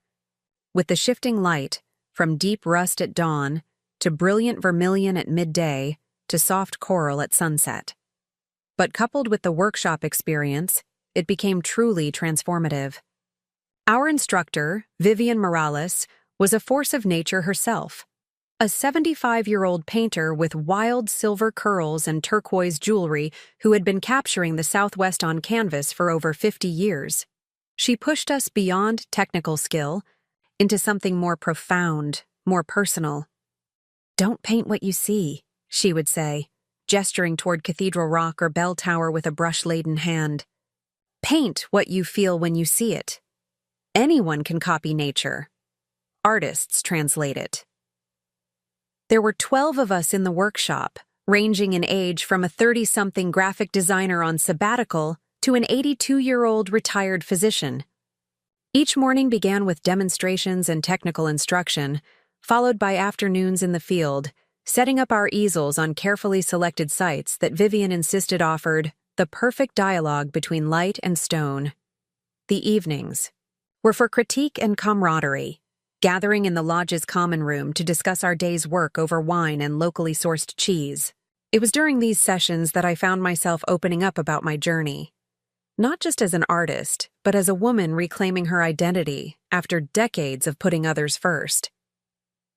"It's the most common story in the world," Vivian commented one evening after I'd shared some of my experiences with Daniel and Jessica. Women of our generations were taught that selflessness was next to godliness, that loving others meant erasing ourselves. Nancy, the retired physician, nodded emphatically. I delayed medical school for 10 years because my husband's career came first. When I finally did it, my mother-in-law asked who would cook his dinners. Laughter rippled through the group, but there was recognition in it, the shared understanding of women who had navigated similar waters. The miracle, Vivian continued, studying my painting from that day, a rendering of Courthouse Butte in afternoon light, is that we find our way back to ourselves. Look at this work, Maggie. There's liberation in these brush strokes. I hadn't thought of my painting in those terms, but looking at it through her eyes, I could see what she meant. My earlier work from my studio at home had been careful, controlled, every stroke deliberate and somewhat hesitant. These Sedona paintings were different, more confident, more expressive, taking risks with color and composition that would have intimidated me before. Your work is evolving just as you are, Vivian observed, a statement that resonated far beyond my canvas. By the 5th day, I had filled half the sketchbook Eleanor had given me with notes, observations, and quick studies of the landscape. I'd also used it as a journal of sorts, recording not just techniques learned, but insights gained, both artistic and personal. One entry particularly captured my state of mind. Today, Vivian talked about negative space, the areas around and between subjects that are just as important as the subjects themselves. She said beginners focus only on the main objects, forgetting that the spaces between define those objects just as clearly. I keep thinking about this in relation to my life. All these years I've focused on the subjects, Daniel, Jessica, the grandchildren, without honoring the necessary negative space around them, the boundaries, the separation that actually defines our relationships more clearly and allows each element its proper place in the composition. The workshop days passed quickly, each filled with new challenges and breakthroughs. I called home just once, speaking briefly with Daniel to confirm all was well. True to his promise, he asked nothing about my return, only whether I was enjoying myself and if the workshop was meeting my expectations. It's extraordinary, I told him. I'm learning so much. I can hear it in your voice, he replied. You sound different, happy. I am, I confirmed, realizing the simple truth of it. I was happy, deeply, authentically happy in a way I hadn't experienced in years. Good, he said. That's all that matters. On our final evening, Vivian organized an informal exhibition of our work in the lodge's gathering space. Each participant selected 3 pieces that represented their journey during the workshop. I chose my first day's tentative study of Belle Rock, a mid-workshop painting of coffee pot rock that showed my growing confidence, and my final piece, a panoramic view of Cathedral Rock reflected in Oak Creek, that Vivian had declared a genuine breakthrough. As we toasted each other and celebrated our artistic growth, I found myself reflecting on everything that had led to this moment, from that first difficult no regarding the Myrtle Beach vacation extension to the dinner with Daniel and Jessica before my departure. The journey hadn't been linear. There had been steps forward and back, moments of doubt and moments of clarity. But the trajectory had been steadily upward, toward greater self-knowledge and stronger, healthier relationships. The morning of our departure, Vivian took me aside as we packed our supplies. You're going home a different woman than the one who arrived, she said, her eyes bright with understanding. Remember that they'll be expecting the old Maggie. Give them time to know this new one. Her words proved prophetic.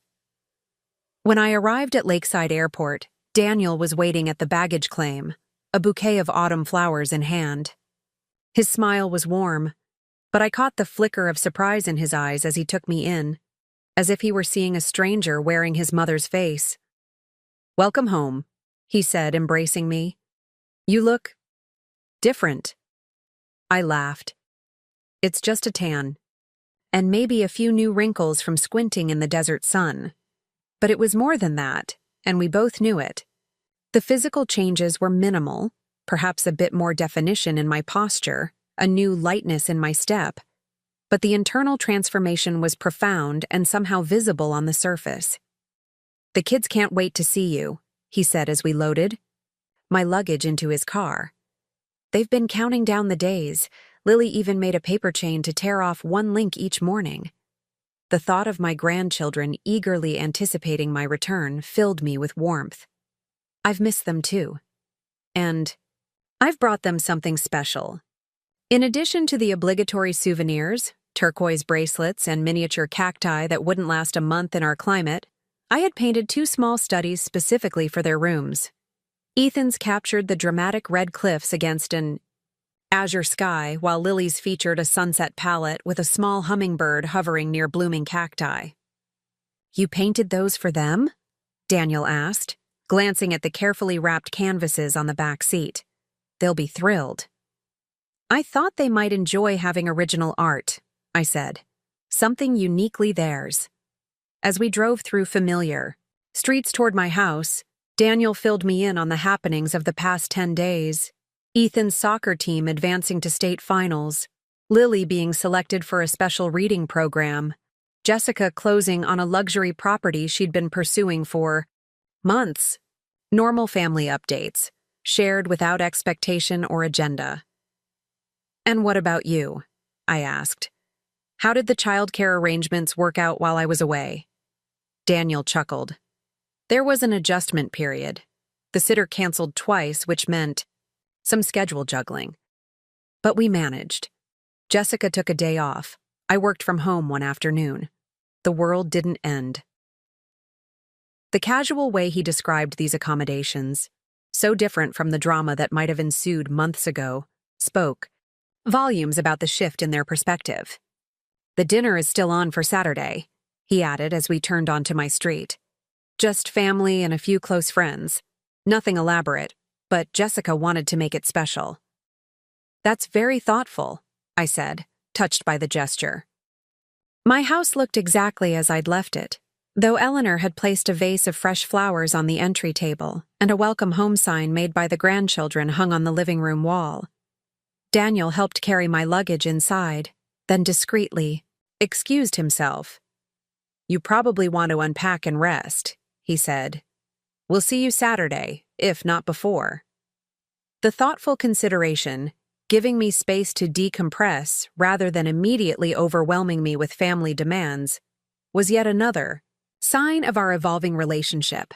After he left, I moved through my house with new eyes, seeing it as both familiar and somehow changed, or perhaps I was the one who had changed, viewing my surroundings through a different lens. The art studio, in particular, seemed to welcome me with a special warmth, morning light streaming through the windows onto the empty easel that awaited new work. I spent the next few days reacclimating to home while preparing for Saturday's gathering. I selected several paintings from Sedona to display, had the best ones professionally framed at a local shop, and created a small album of photographs and sketches to share the full experience of the workshop.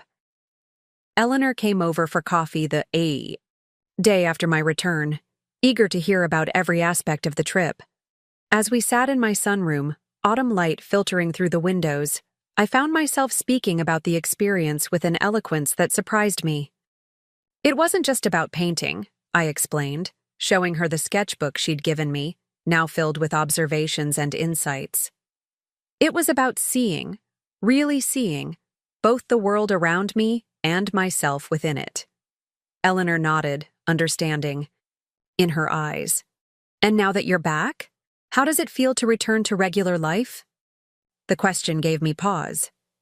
"Different," I admitted. "Like I'm the same person but occupying a new relationship with my surroundings.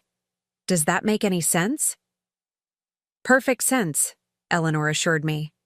"You've changed the lens through which you view everything, including yourself. That changes everything else by extension." Saturday arrived with perfect early autumn weather, crisp morning air giving way to golden afternoon warmth, the kind of day that seems designed for gatherings and celebrations.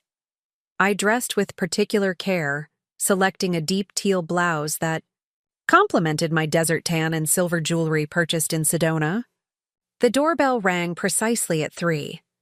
When I opened it, I found not just Daniel, Jessica, and the children, but a small crowd of well-wishers: Eleanor, Ruth from the Boundaries group, Martin from the community center, several members of my yoga class, and even Patricia, who had apparently flown in specifically for the occasion. "Surprise!" Lily shouted, bouncing with excitement. "It's a welcome home party!" Jessica stepped forward, a genuine smile warming her face. "We wanted to celebrate your return properly. Hope you don't mind the extra guests." "Not at all," I assured her, touched by the thoughtfulness of including my newly reconstructed community among the family gathering. Daniel and Jessica had transformed my backyard into a lovely reception space, with string lights hung from tree branches, a beautifully arranged buffet on my patio table, and a special display area where my Sedona paintings were artfully arranged, against a neutral backdrop. "This is amazing," I said, taking in the effort they had made. "I don't know what to say." "You don't need to say anything," Daniel replied, squeezing my shoulder gently. "Just enjoy having people who care about you in one place." The afternoon unfolded with a natural rhythm: food and drinks, conversation that flowed easily between family and friends, and eventually a more formal presentation of my work from Sedona. Daniel had even prepared a brief introduction, speaking with genuine admiration about my artistic journey and growth. "Many of you know my mother as Grandma Maggie," he said, addressing the gathered guests. "But before she was my mother or Ethan, and Lily's grandmother, she was an artist. It took us too long to remember that, but we're learning now." His words brought unexpected tears to my eyes, tears of recognition, of being truly seen perhaps for the first time in decades. The guests moved among the displayed paintings with evident appreciation, asking questions about techniques and locations, responding to the emotions captured in each piece. Vivian would have been proud, I thought, remembering her emphasis on translating feeling rather than merely copying landscape. Late in the afternoon, as the celebration continued around me, I found myself standing slightly apart, watching the interaction of people from different segments of my life, family and friends, old connections and new ones, all brought together in a moment of genuine community. Patricia approached, a glass of wine in hand and a thoughtful expression on her face. We hadn't had much opportunity to speak earlier beyond brief pleasantries. "Quite the transformation," she commented, gesturing toward the displayed artwork. "In the paintings, I mean. And perhaps elsewhere as well?" I smiled, appreciating her directness. "Yes, on both counts." "Jessica seems different," Patricia observed, watching her daughter across the yard, engaged in animated conversation with Ruth and Eleanor. "Less controlling, perhaps?" "We've all been changing," I acknowledged, "finding a better balance." Patricia nodded, a hint of respect in her expression. "You know, when Jessica first told me you were refusing to babysit during their conference, I thought it was about time, but I didn't expect it to lead to such a significant shift." "Neither did I admitted. "I was just trying to reclaim some small part of myself. I never anticipated how it would transform our entire family dynamic." "Well," Patricia said, raising her glass slightly, "here's to boundaries and the courage to set them." I clinked my glass against hers, appreciating this unexpected moment of solidarity. As the golden afternoon light began to fade into early evening, the children presented me with a handmade book they'd created during my absence. Grandma Maggie's Art Adventure, illustrated with their imaginings of me painting in Sedona. The pages were filled with crayon drawings of red rocks, desert creatures, and a figure with gray hair at an easel, surrounded by speech bubbles containing phrases like, "This is my best painting ever," and "I love being an artist." "This is absolutely wonderful," I told them, kneeling to examine each page with the seriousness it deserved. "You've captured it perfectly." Ethan beamed. "Dad showed us pictures of Sedona on the computer so we could get the rocks right." "And I added the cactuses," Lily announced proudly. pointing to green spiky forms dotting the landscapes. "Did you see real ones?" "I did," I confirmed.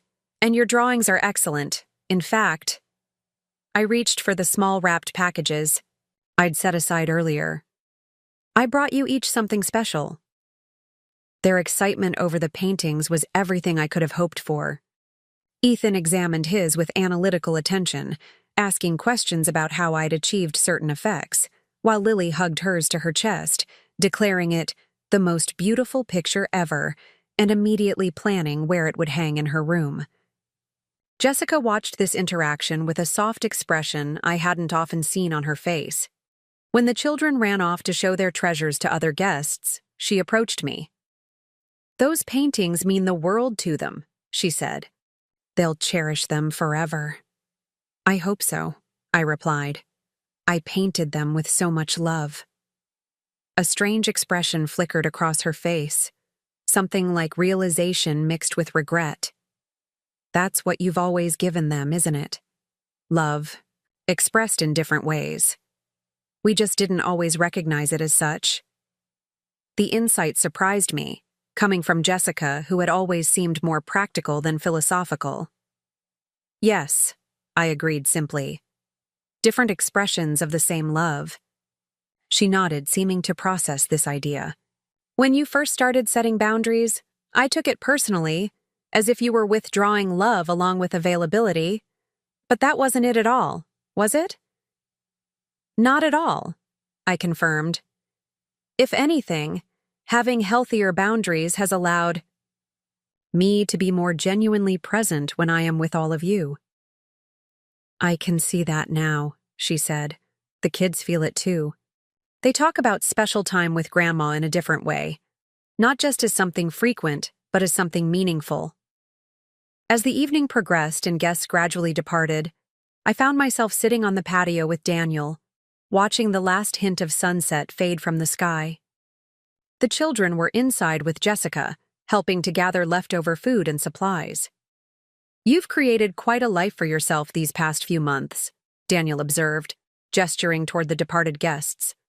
"All these people who value and appreciate." "They were always there," I reflected. "I just didn't have the time or energy to nurture those connections when I was always on call for childcare." Daniel winced slightly at the phrasing but nodded in acknowledgement. "I've been thinking a lot about Dad recently," he said, changing the subject. "About how he always encouraged your painting, even when it meant he had to manage more household responsibilities." The memory brought a smile to my face. James had indeed been supportive in ways unusual for men of his generation, watching Daniel so I could attend evening art classes, taking over Sunday breakfasts so I could paint in the morning light, proudly displaying my work throughout our home. "He understood that loving someone means supporting their wholeness," I said, "not just the parts that directly serve you." Daniel was quiet for a moment, absorbing this. "I wish I'd paid more attention to that lesson earlier," he finally said. "It took your rebellion for me to see what was happening." I laughed softly at his choice of words. "Rebellion? Is that what it was?" "From our perspective, absolutely." His smile was rueful. "You'd always been so accommodating, so willing to rearrange your life around our needs. When you suddenly said no, it felt like the natural order had been disrupted." "Perhaps it needed disruption," I suggested. "Sometimes systems only change when they're forced to." "Well, consider us thoroughly disrupted and rearranged," Daniel said with a chuckle, "but in the best possible way." Inside, we could hear Lily's delighted laughter as Jessica apparently tickled her while collecting napkins from the table. The sound drifted through the open windows, joyful, unencumbered, a reminder of what truly mattered in our family ecosystem. "You know," Daniel said, his voice growing more serious, "when you first started setting these boundaries, I was worried about what it meant for the kids, that they'd somehow lose their connection with you or feel less important in your life." "I know," I acknowledged. "That was my fear too." "But it's been the opposite," he continued. Their relationship with you has deepened. They see you more clearly now, not just as grandma, but as Maggie Wilson, artist and individual. That's a gift you've given them, showing them that getting older doesn't mean disappearing into your family roles. His insight moved me deeply.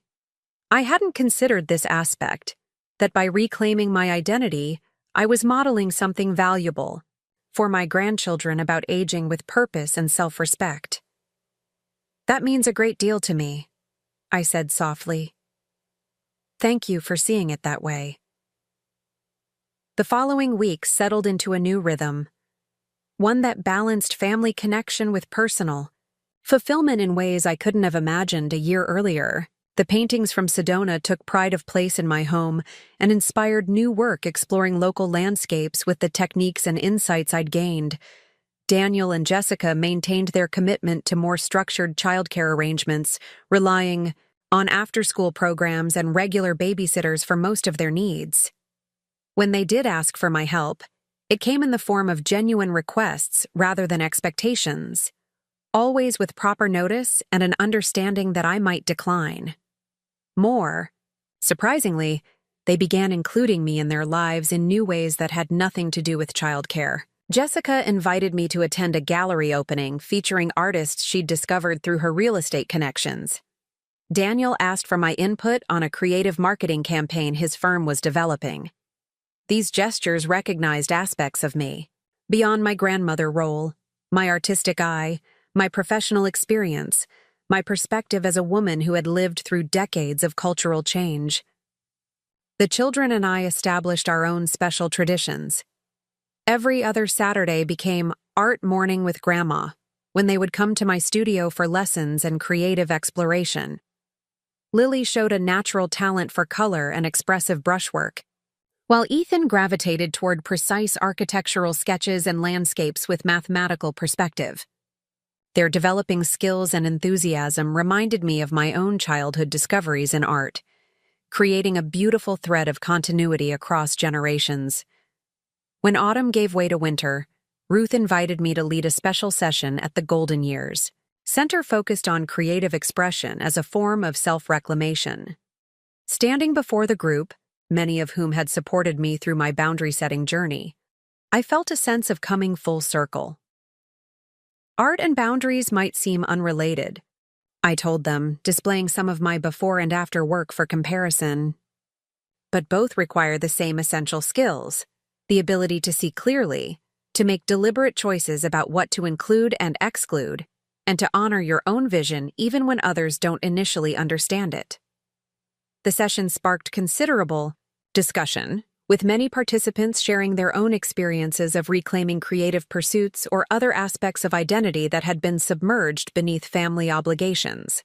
The most beautiful part, Martha commented near the end, is that by honoring ourselves more fully, we often find we have more genuine love to give, not less.